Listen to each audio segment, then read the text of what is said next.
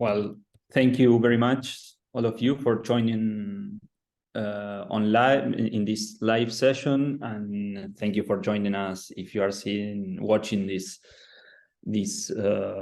video afterwards in YouTube.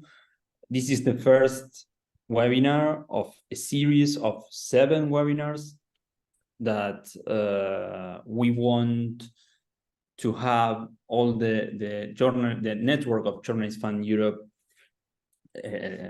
working together, exchanging experiences. So these webinars are for improving environmental coverage. So for 7 weeks, different investigative journalists supported by Journalist Fund, most of them from all over the planet, not only from Europe, will be sharing their experiences, their behind the scenes work. How did they work, with tips and with ideas to discuss with the people who connect to the different webinars online. They have investigated different issues and problems related to the environment around the world. So please, all of you, join us not only today, but try to join us every week, because we want to be in touch. We want to have here a group of people across the globe discussing these ideas. And also what we want is to encourage the cross-border, more cross-border investigations, more cross-border collaboration. And this is just the first step in these 7 steps to consolidate this network, this stage of the network.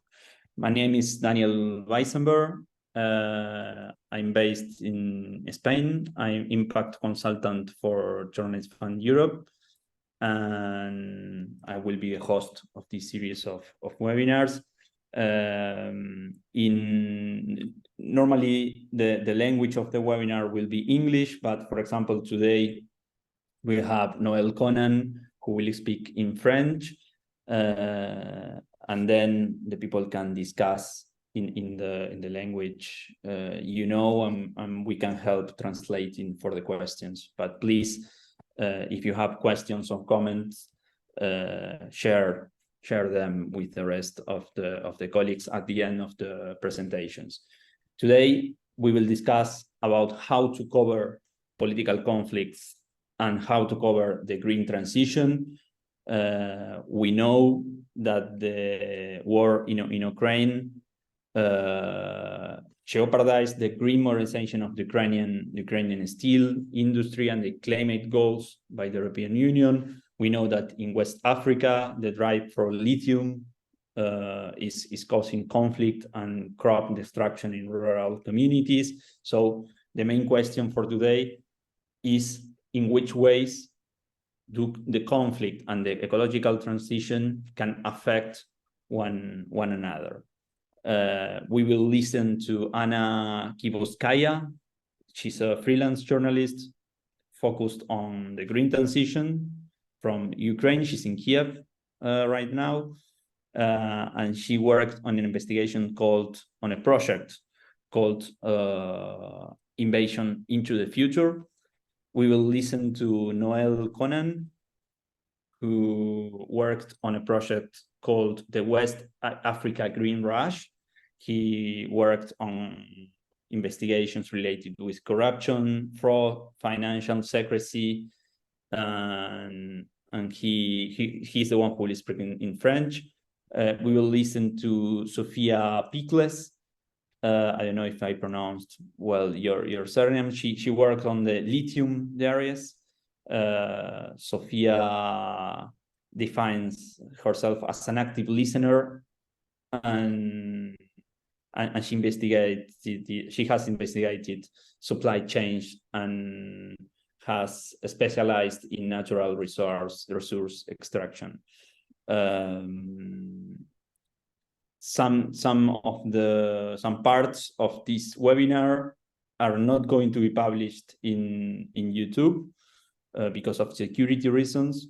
So maybe we talk about some things that then are not included in YouTube if you are seeing this, if you are watching the video afterwards, to protect the sources. We will have also Chuck Wolf. He's an independent investigative researcher, filmmaker and artist. And as Noel Konan, he worked in the West Africa Green Rush investigation. So we will start listening to Hanna. And you can make comments in the chat, and we will have a discussion with all of you at the end of all the presentations. So Hanna, welcome. Hello. Hello, my name is Hanna. I'm from Kyiv. I'm a little nervous because it's the first speech in English in my life, public speech, I mean. I'm from Kyiv. In 2022, my team and we have made research about the Russian military aggression affects the green modernization of Ukrainian iron and steel industry and climate goals by EU. And now I want to introduce our research. Before starting, I want to underline that our research was made in 2022. Now the situation is some different. Some companies began to invest, but very, very, very little. Now I share my screen, my presentation.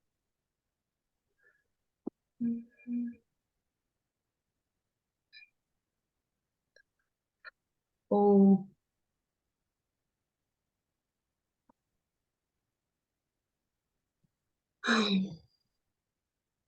In which ways conflict and ecological transition can affect one another? The main point of my speech is the war is not only brings a lot of pain and suffering, but it also takes away the future. By the people who cannot plan their lives and actions, by the business that find it very difficult to operate in an environment uncertainty, by the country that does not know what its border will be in 2040, the years to which climate goals are tied. Green transition is about the future, about our action with necessary to it to be better, greener, with clean air, not so hot. It's necessary to do something for this future now, but the military conflict does not allow it. That's why we called our research Invasion into the Future.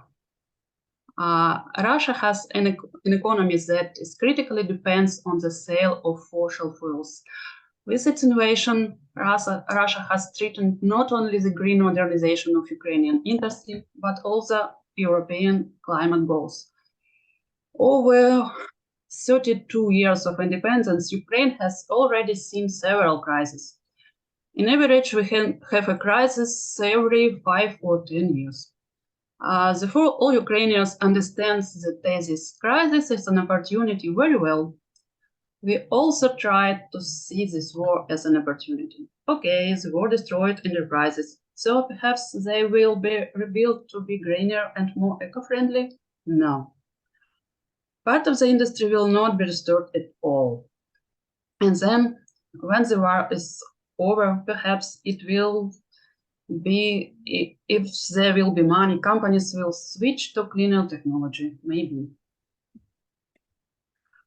That is, the war threatens to achievement the climate goals. The war forced Europe and the world to reconsider the ambition to abandon coal fuel, which is much dirtier than gas. Ukrainians' post-war reconstruction will increase its carbon emission.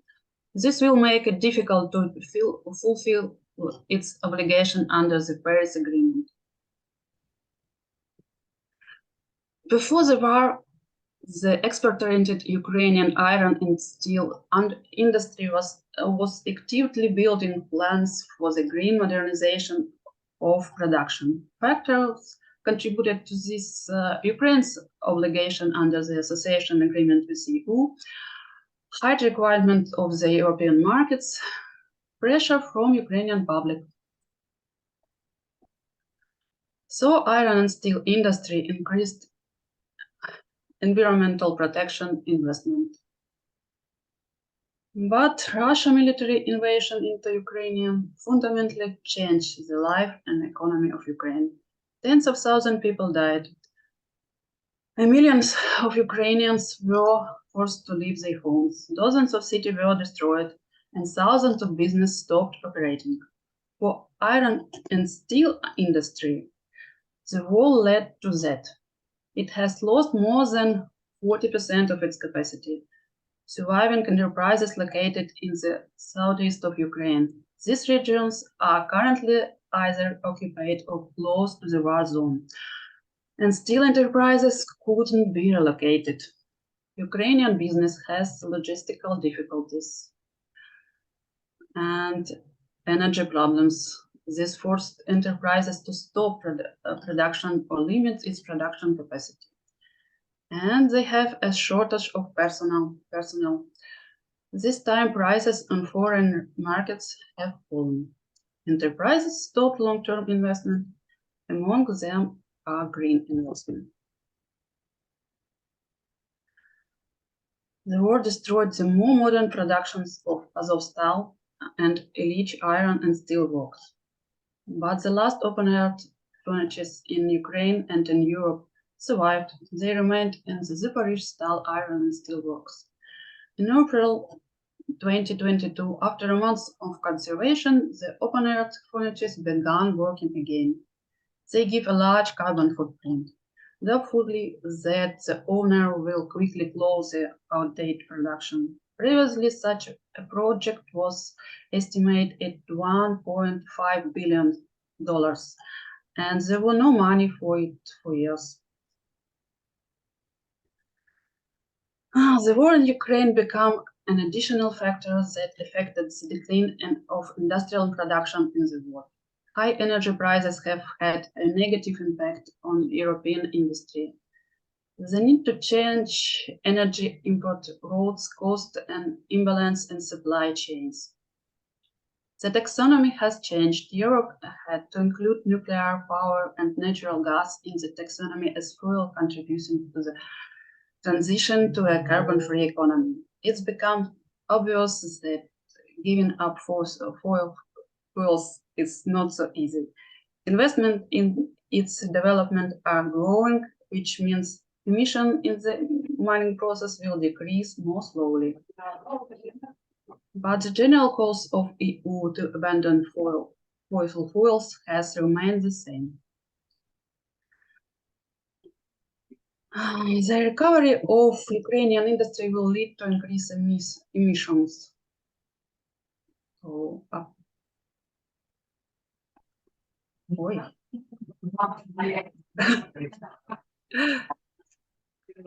Oi, oi.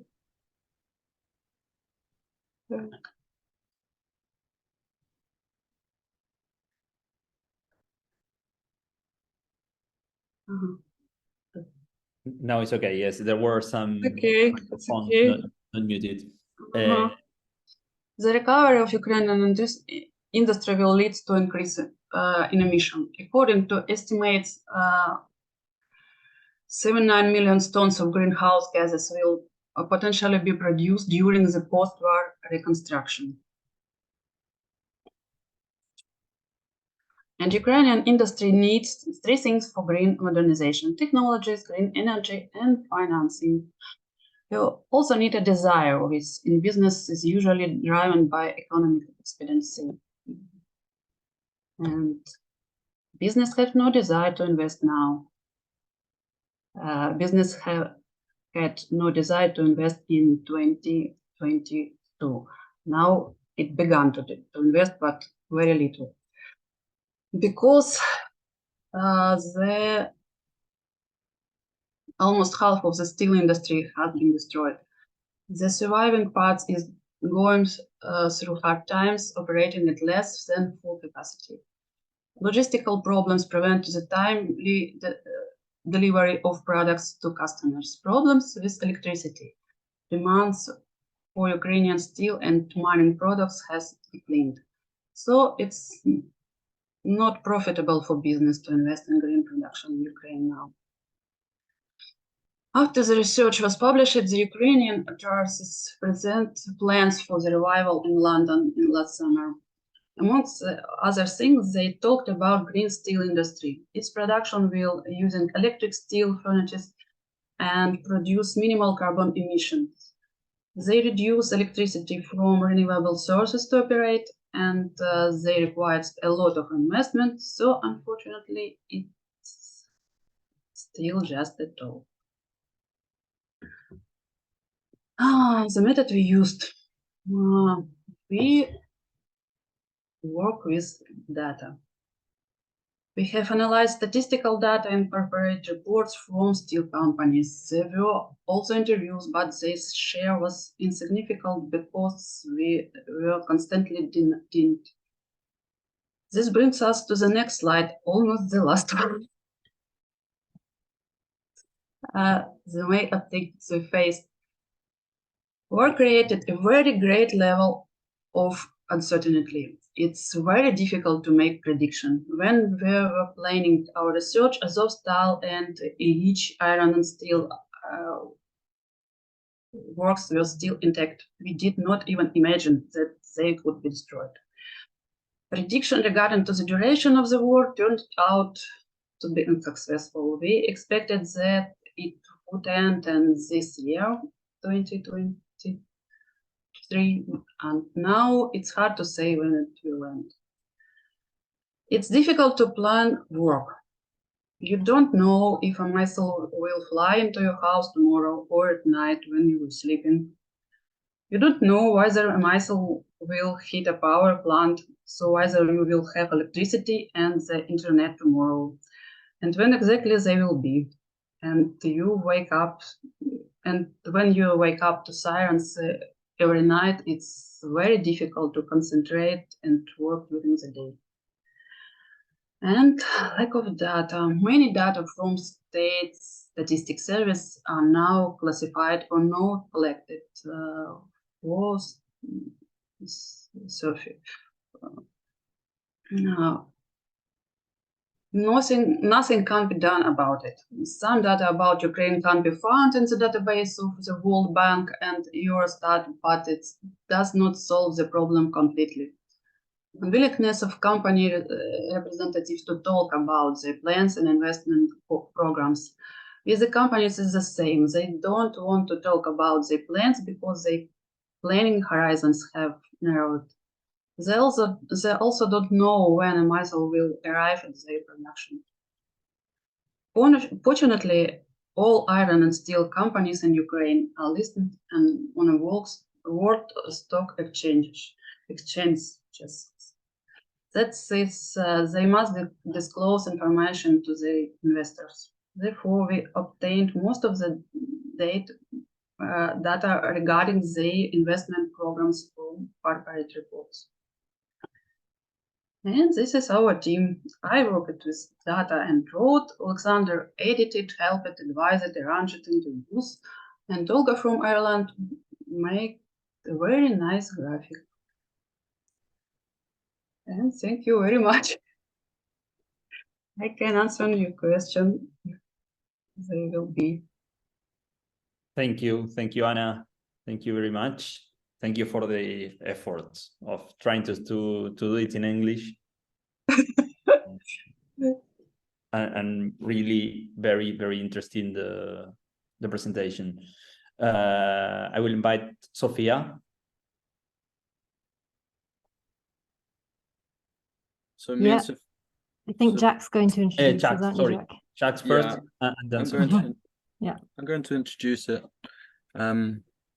I'm actually going to talk about a different project because the project which Daniel mentioned earlier was with Noel is going to talk about it later. So I think he's going to cover everything. The project I'm going to present. The first thing I'm going to do is show you a teaser of a documentary film that's in production, and it's part of a larger project which we started with a collective called the Rock Pool. And the Rock Pool is like a collaboration of different people from different parts of the world with different skills. It includes artists, investigators, journalists, and activists. And what we're trying to do is tell stories that connect groups of people whose realities are separated but also intricately connected by the economic and political systems that we all find ourselves in. And the project I'm going to present is a project by myself, Sophia, and a Congolese colleague called Janvier Mohariri, who's not here today. It's an ongoing project, and the works have been shown in exhibitions, we've written articles, and we've built a dedicated website, which is lithiumdiaries.net. So check it out if you want to see that. The project started with me, Janvier, and Sophia, where we decided to investigate a newly discovered lithium deposit in Monono, which is the community you saw in the film. And we spent the last years tracking the situation there, the companies and the people involved in the companies. We started to understand the financial aspects of the mining projects, which are insanely complicated. The companies have been trading this newly discovered lithium deposit. It's been moving hands a lot and very frequently. So it's a very, very complicated business situation there. And we've also been working with experts and people on the ground to try and understand what the environmental conflicts and situation of the proposed mine could be.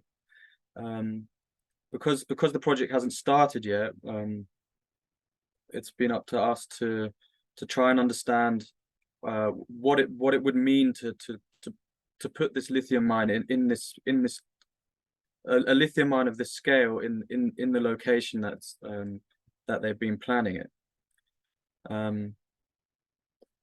In 2022, Janvier and I visited Monono, and we spent like a month there to put their hopes and wishes for the project, to document them and put them on paper, which is what the website I pointed to earlier hopes to do. We spoke with like a very wide range of people, and it was very fantastic to hear so many voices and understand the situation there today, but also to learn about the historical part, the history of Monono, which has been a mining city for a very, very long time, and it goes back generations. The Monono's relationship with the extractive industry goes back generations, and today the economy is still very, very much reliant on artisanal mining, which is the kind of mining you saw in the film.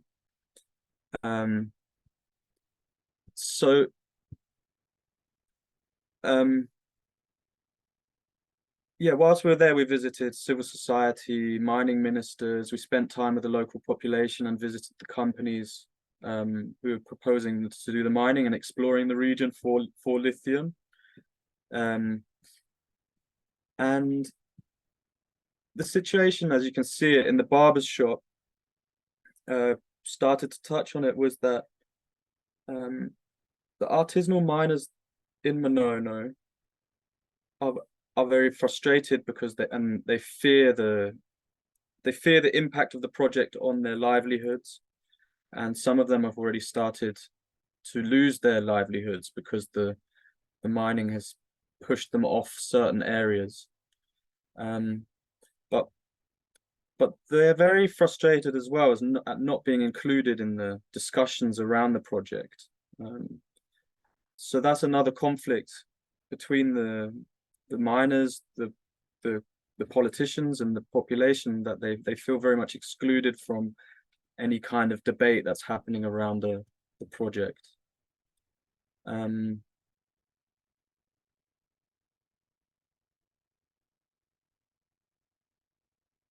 So yeah, another thing that really struck me, which is kind of understandable and obvious, is that a lot of people there want the mining project. They want they want it because they need development. Monono is very poor, but they also fear they fear what the impact of the project could be on their environment. And again, there's just like a huge lack of information for them to make informed decisions about how they should react and how they should think about the changes that are going to come to their town if that project does take place.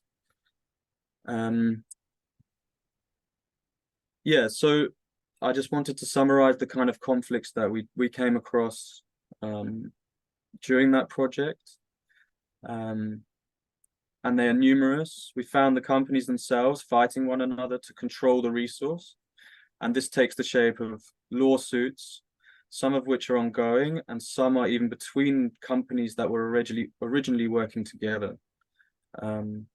We also found conflicts between the mining companies and parts of the local population, mainly artisanal miners, whose livelihoods were being taken away by the mining companies occupying their land.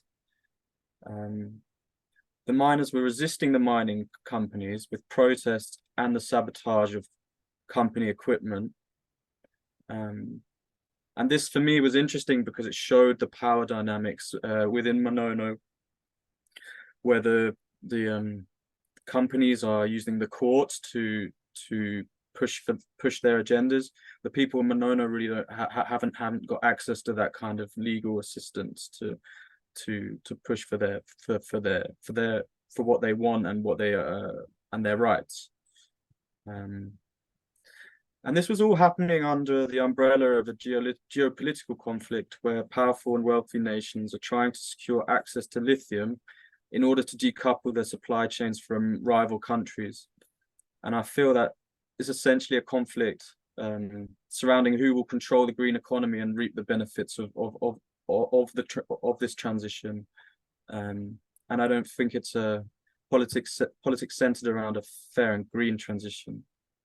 But it's definitely a situation which the mining companies in Monono are benefiting from. And now is the turn of Noel Konan. His participation will be in French. So if you don't understand French, please keep in the webinar, because after Noel we will discuss a little bit and will be the moment for the questions. Donc, Noël, quand tu veux, tu peux commencer. D'accord, ok. Merci beaucoup. Alors, je suis un peu désolé, je ne pourrai pas accompagner mon speech d'une présentation. Donc, je vais uniquement parler pour expliquer l'enquête collaborative que j'ai réalisée avec mes confrères européens, Jack, Alix, Robbins, et voilà. Mais d'entrée de jeu, je voulais déjà traduire toute ma reconnaissance à Journalism Fund Europe qui nous a permis de vivre cette belle expérience. Alors, de quoi il était question? Il était question pour nous de travailler sur la recherche du lithium, un minerai essentiel, mais qui malheureusement est à la base, je dirais, d'un conflit entre l'opérateur minier qui est un Israélien et la communauté villageoise de Toumvré, le lieu où l'exploitation doit se faire. Alors, la question qu'il faut se poser, c'est de savoir pourquoi est-ce que, normalement, le lithium, qui est un minerai essentiel pour la transition verte, est source de conflit entre l'opérateur minier et la communauté villageoise. Ce qu'il faut retenir, les recherches qu'on a faites, c'est que pendant la loi de 2014, il y a une loi de 2014 qui régit tout ce qui est exploitation ou extraction minier. C'est ce code-là qui régit la recherche et aussi l'exploitation du lithium. Alors, ils nous disent qu'avant de donner le permis de recherche, il y a d'abord une consultation qui est faite auprès des communautés villageoises organisée par l'administration minière. Mais dans le cas d'espèces, ce que nous avons pu constater, c'est que le responsable de l'administration minière que nous avons rencontré dans le cadre de cette enquête, y compris certains responsables du village, on va dire une mutuelle, c'est une entité qui regroupe plusieurs cadres qui sont censés réfléchir sur les problèmes de développement du village, mais aussi le président de la mutuelle ont confirmé qu'effectivement, les populations étaient approchées. Mais la question qu'il faut encore se poser est quelle catégorie de la population qui a été approchée par l'administration minière, les responsables de Atex Mining à l'époque, au début quand ça commençait, c'était Atex Mining avant que les responsables de Firing prennent la société par la suite. Donc, ce que l'administration a fait, c'est de effectivement expliquer à la population en quoi va consister les recherches. Mais au niveau de cette phase, un problème s'est posé. Il s'avère que la communauté villageoise, ou je dirais les populations qui ont leur parcelle impactée par l'activité minière, n'avaient pas été associées à cette première rencontre. Ensuite, avant, comme je l'ai dit, avant de donner le permis, il y a cette rencontre qui est organisée. Ensuite, lorsque le permis est donné, avant que les recherches ne soient effectuées, une autre rencontre est organisée entre l'opérateur minier, l'administration minière, ainsi que les élus locaux, on va dire, et les élus locaux et l'administration, les autorités administratives. Cette rencontre, d'après l'administration minière, a été aussi organisée dans le village de Toumbré. Donc, ils ont effectivement débuté les activités de recherche, mais très tôt, ils se sont confrontés à une velléité, une opposition de la communauté rurale. La communauté rurale, qui, je l'explique, possède des biens sur le périmètre minier qui fait à peu près, à peu près 300 et quelques hectares. Donc, sur le périmètre minier en question où les recherches devaient s'effectuer, les populations ont commencé à s'opposer. Et malheureusement, il y a un autre facteur qui va venir encore aggraver les choses. C'est ce que nous avons constaté lors de cette enquête. Les responsables de Firing, lorsqu'ils ont décidé d'entrer dans le capital social de l'entreprise, elles n'ont pas respecté une procédure en la matière. Avant de non seulement devenir actionnaire, mais aussi détenir la majorité des actions, elles doivent avoir une autorisation préalable du ministre chargé des mines, de l'énergie et du pétrole. Mais dans le cas d'espèces, ce que nous avons découvert pendant cette enquête, les responsables de Firing ont mis la charrue avant les bœufs. C'est-à-dire qu'ils n'ont pas d'abord obtenu la décision, l'autorisation préalable du ministre en question, du ministre compétent, et ils ont commencé à démarrer les activités sur le périmètre minier. Et cette situation a aggravé la colère des populations de la communauté villageoise vis-à-vis de cet opérateur minier. Bon, là, c'est une confidence que je vous fais aussi. Parmi les responsables de l'entreprise, il y a 2 qui ont été dépêchés sur le terrain. Les populations l'accusent de parler mal à la communauté villageoise, d'être un peu, je dirais, ne pas être courtois dans ses propos. Donc, tout cela a consisté à comment dire ça, aggraver la colère des populations. Alors, face à l'opposition des populations, qu'est-ce qui va se passer? Ce que nous avons constaté, c'est qu'il va y avoir une sorte de représailles à l'encontre de ces populations qui s'opposent à l'activité de recherche de l'entreprise minière. Donc, cela va commencer, on va dire, début 2022, janvier 2022. Donc, les premières actions qui se sont passées dans cette période, il y a eu des convocations qui ont été adressées à certains villageois qui s'opposaient farouchement aux activités de recherche sur le terrain par l'autorité administrative locale qu'on appelle le sous-préfet. Ce dernier les a convoqués et il leur a demandé de ne de laisser faire les activités des opérateurs miniers. Par la suite, il y a un leader de jeunesse qui ne s'entendait pas aussi avec un autre leader de jeunesse qui est favorable au projet. Donc, ce dernier l'accuse de l'avoir menacé verbalement. Et pour cela, il a porté plainte à la justice au tribunal de Bundiali. Ce dernier a été convoqué par les magistrats.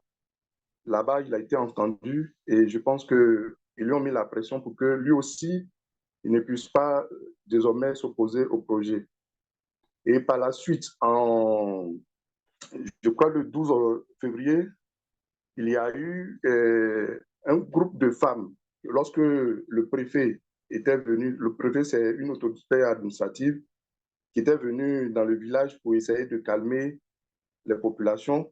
Mais malheureusement, lorsqu'il est arrivé, un groupe de femmes qui avaient leur parcelle sur le terrain ont commencé à le huer. Donc, le préfet n'a pas apprécié cela. Donc, ces femmes-là ont fait l'objet de représailles aussi. Et une dernière chose qui s'est passée, c'est que le 3 mars 2022, il y a une manifestation organisée encore par les villageois, un groupe de villageois, je dirais, opposés à ce projet. Donc, la manifestation s'est passée sur la parcelle ou le périmètre où les recherches s'effectuent. Et ce jour-là, la police, la gendarmerie et des soldats qui sont en position dans le nord du pays, puisque la partie en question fait frontière avec le Mali, à peu près. Donc, il y a des forces spéciales qui se trouvent dans cette région du pays, ont été appelés en renfort. Et quand ils sont arrivés, ils ont eu à tirer des gaz lacrymogènes, mais aussi tirer des balles réelles, des fusils AK-47. C'était des coups en l'air, il n'y a pas eu, ils n'ont pas visé directement la population. Donc, à la suite de cette manifestation, il y a eu des femmes qui, après avoir inhalé le gaz lacrymogène, ont eu des malaises et ont été conduites dans un centre de santé. Donc, l'autorité, le responsable des forces de sécurité avait pris en charge leurs soins médicaux par rapport à ça. Donc, voilà un peu ce qui se passe au niveau du village de Toumvré où la recherche de lithium qui normalement devait se passer dans de très bonnes conditions, il rencontre des difficultés parce que à la base, les autorités administratives qui étaient censées faire comprendre à la population le bien fondé de ce projet se sont mal pris envers cette population parce qu'ils ont rencontré un groupuscule de personnes qui, en réalité, n'avaient pas de bien sur le périmètre minier sur lequel les recherches devaient s'effectuer. Et l'opérateur économique, je dirais, Yuval Rising, l'Israélien lui-même, il opère en Côte d'Ivoire depuis 2002 dans le domaine du palmier à huile. Donc, ce dernier n'a pas bonne presse auprès de certaines régions au niveau de la Côte d'Ivoire, puisque là où ils ont effectué leur plantation de palmier à huile, ils ont eu à signer certains engagements avec les populations. Mais ces populations disent qu'ils n'ont pas respecté leurs engagements, non seulement de sécuriser les titres fonciers des populations, mais aussi certains contrats pendant, comment on appelle ça, le partage de fruits de leur récolte. Donc, ça déjà aussi, on a tiré l'attention sur le fait qu'il y ait un accaparement au niveau de ce qui s'est passé précédemment avec les villages du sud à Boisseau, un peu, je dirais, l'accaparement de l'air terre. Donc, ce problème aussi s'est posé au niveau de Toumvré, où l'activité de recherche minière s'effectue en ce moment. Et après la publication de l'enquête, qu'est-ce qui s'est passé? Alors, les informations que j'ai pu récolter, puisque je n'ai pas effectué encore de voyage là-bas, mes sources me disent que la population est toujours divisée sur l'activité en question. Et peut-être même que la crise est exacerbée parce qu'au niveau de la mutuelle, là où se prennent les décisions de développement du village, ils sont divisés entre quatre au sujet de l'activité de l'opérateur économique. Et certaines personnes ont été mises en prison parce que les responsables miniers ont porté plainte contre eux. Donc, le climat qui devait être, je vais dire, bon enfant est aujourd'hui délétère dans le village de Toumvré. Et le projet, je vais dire, en ce moment, on est toujours à la phase de recherche du lithium. Nous ne sommes pas encore à la phase d'exploitation.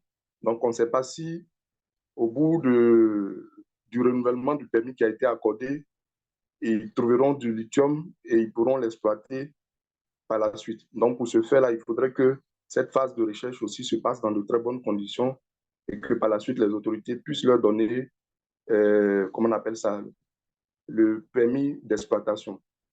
Maintenant, un détail qui allait m'échapper, c'est celui de l'étude d'impact environnemental. Alors, avant de réaliser ce genre de projet, c'est généralement suivi d'une étude d'impact environnemental et social.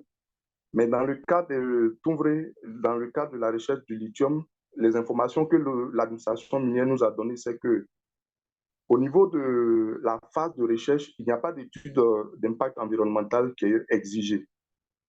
Donc, c'est un détail très important à noter. Mais le problème qui s'est posé sur le terrain, puisqu'ils ne font pas d'études d'impact environnemental, pendant cette phase de recherche, ils ont eu à détruire des plantations des villageois. Ils ont eu à détruire aussi, je vais dire, leur parcelles en creusant, par exemple, des tranchées pour pouvoir faire la recherche du lithium ou souvent en réalisant des trous béants. Donc, ces trous-là, lorsque j'étais allé en mission à Toumvré, j'avais constaté effectivement que ça se trouvait dans les plantations, dans certaines plantations. Ces trous n'ont pas été refermés à la suite de leur recherche et ils disent que ça leur portait préjudice parce qu'ils n'arrivaient pas à travailler correctement dans leur champ où souvent leurs bêtes tombaient dans ces trous-là et ces bêtes-là pouvaient se blesser. Donc voilà un peu ce que je peux dire à ce sujet. J'espère avoir été assez explicite. Je me prête à vous pour d'éventuelles questions. Merci. Merci Noël. Si tu as des questions en français au début ou en anglais, or if you have questions in English or in other languages, for not only for Noel but for all the participants, please raise your hand or you can ask through the chat as well. I don't know, there are any questions? Also, Jack, Sophia, Anna, and Noel, if you have questions for the other participants, you can, or comments, or anything you would like to say. Of course, you're allowed to.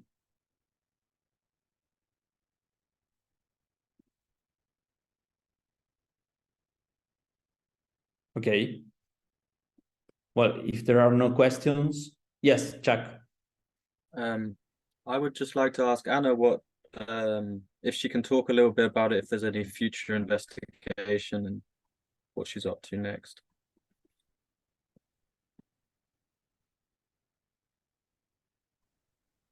Anna? Anna, Yes. I didn't hear. What is the question, please? No, I just wanted to hear a little bit about what you're doing after the investigation and if there's been any follow-up or you know, if there's if you're working on a follow-up investigation or if what's going on next. Next. Well, now we are working on research about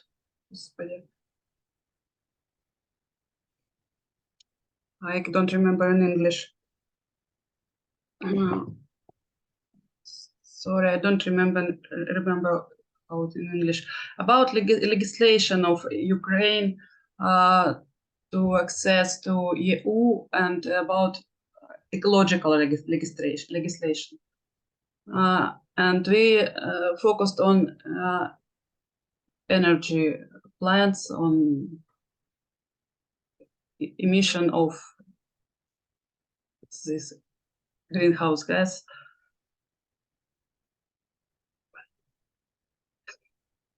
Excuse me.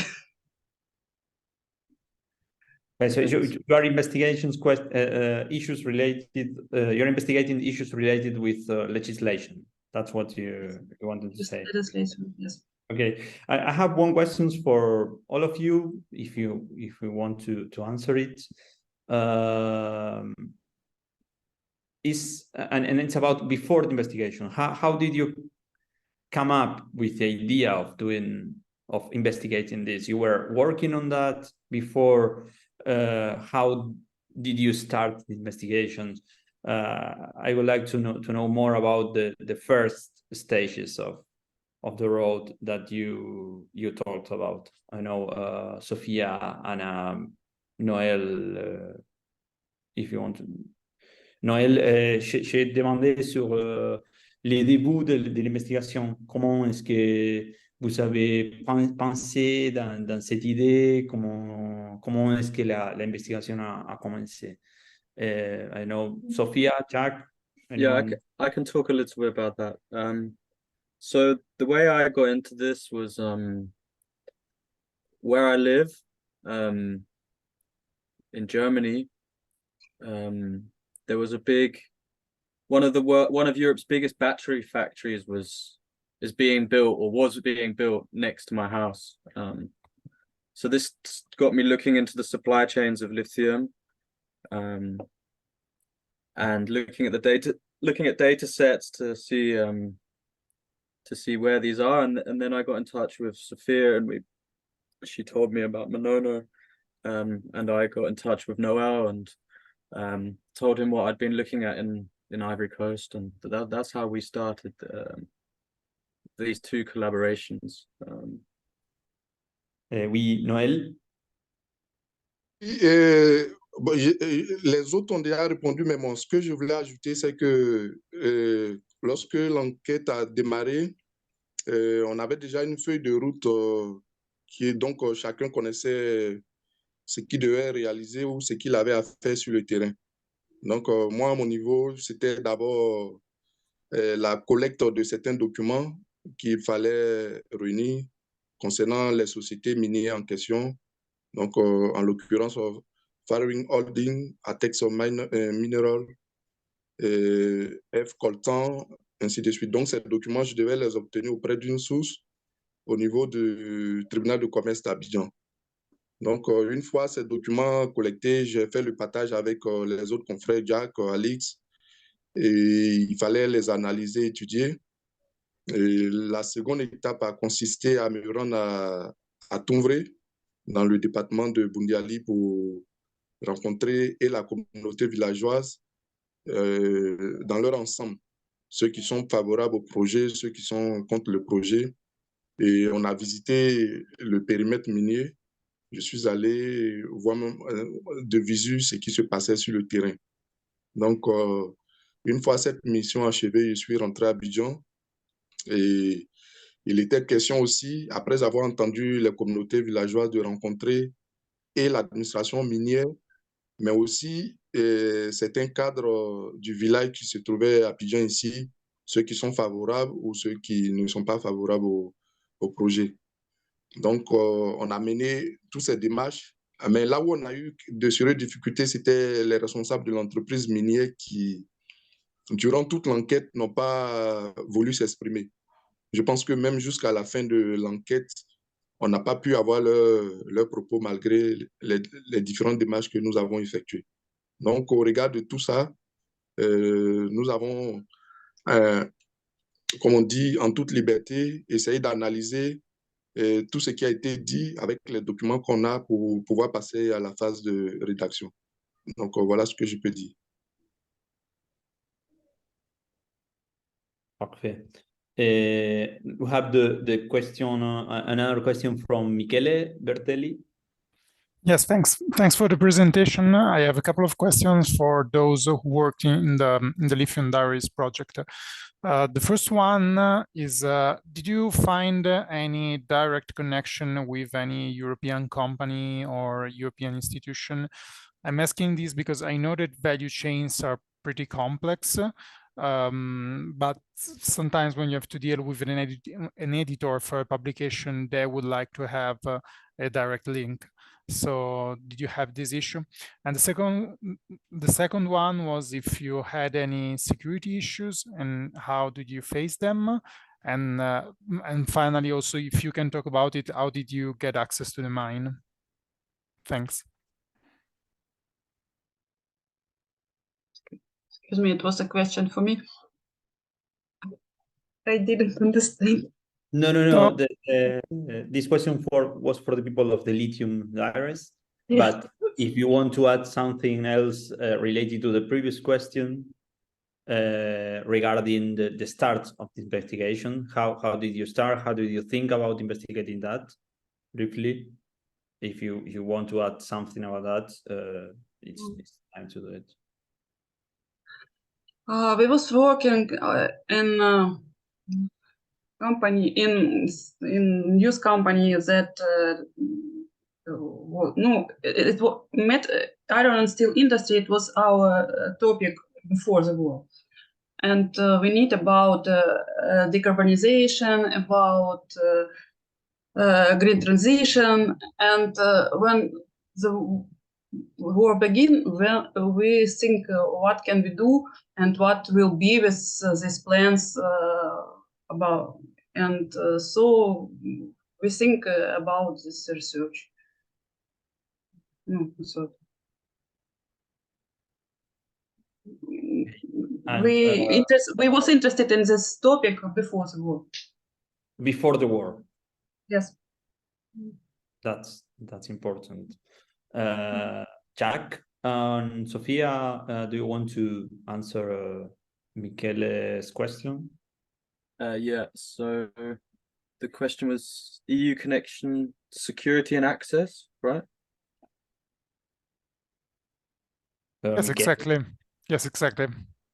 So we didn't find a EU company involved. However, we found investors. There's European individuals involved. There's also a battery manufacturer who's investing, who's also building battery factories in the EU. And those were the connections we found to the EU. The security we didn't have any security problems while in Monona. Shortly afterwards, there was some security problems the town faced, but we weren't there for those. And for access to the mine, we spoke to the to the local government and the government held company that's controlling the permit, and asked them if we could access the permit, which in the end worked, and we were allowed to visit.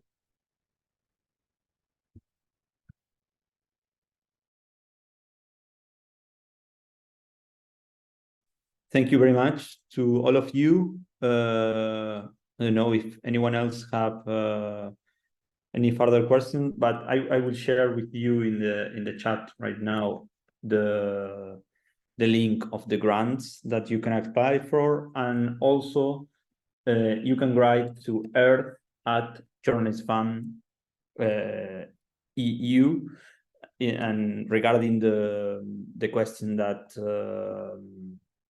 Yaya Mashanshi had in the chat about how to connect with other colleagues, in this case in the DRC, but also in other countries. Please, if you are looking for a colleague to collaborate with, write to Journalist Fund, and we can help to find, because we know about someone who is already investigating that, or another grantee who worked for Journalist Fund, so we can help with that. Thank you very much to all of you, and we wait for you next week. We will be talking with other colleagues about other issues. You can see all the webinars and all the discussions here. These links I'm sharing in the chat, and it's not necessary that you register again. The registration is only once. And next week, we will discuss about on-the-ground reporting, displacement, and environmental crimes with Arison Tamfu from Central Africa, Mauricio Angelo from Brazil. So it will be great to share that conversation with you again. Thank you very much, and see you next Thursday if you can. And we keep in touch. Thank you to the panelists, Chuck, Sophia, Anna, and Noel. Thank you, Daniel. Thank you. Thank See you. you. Thank you. Thank you. Okay, bye. Thank you. Thank you. Bye. Bye.